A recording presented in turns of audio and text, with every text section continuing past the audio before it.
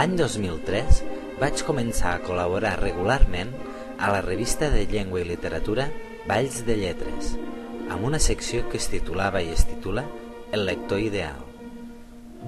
Vaig decidir posar-hi aquest nom perquè en cap moment volia fer crítica literària, sinó que el que volia era exposar les meves preocupacions i les meves fascinacions com a lectora.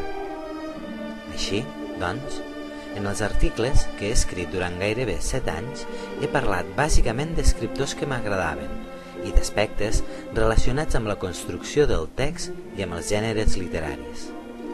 D'aquests articles he seleccionat els 10 que he considerat que tenien més a veure amb la filosofia de la secció del lector ideal. A part d'aquests 10 articles, n'hi ha afegit un que vaig escriure l'any 2007 sobre la narrativa del Camp de Tarragona amb motiu de la Fira del Llibre de Frankfurt per a la revista Quessa. En aquest article vaig evitar fer una anàlisi localista, perquè sóc del parer que la literatura no s'hauria d'analitzar exclusivament des d'un punt de vista geogràfic. També hi he inclòs l'article que vaig escriure l'any 2008 en el monogràfic sobre Mercè Rodoreda, a la revista digital Paper de Vidre. En aquest monogràfic, tots escriptors nascuts després del 1970 parlàvem de la influència que havia exercit sobre nosaltres l'obra d'aquesta autora.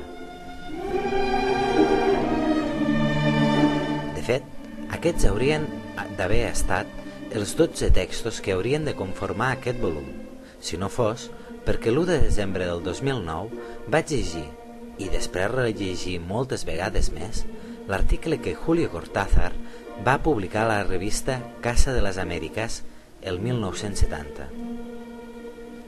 Just després de la primera lectura, se'm va desencadenar una sèrie de reflexions sobre el conte i les vaig començar a escriure en una llibreta.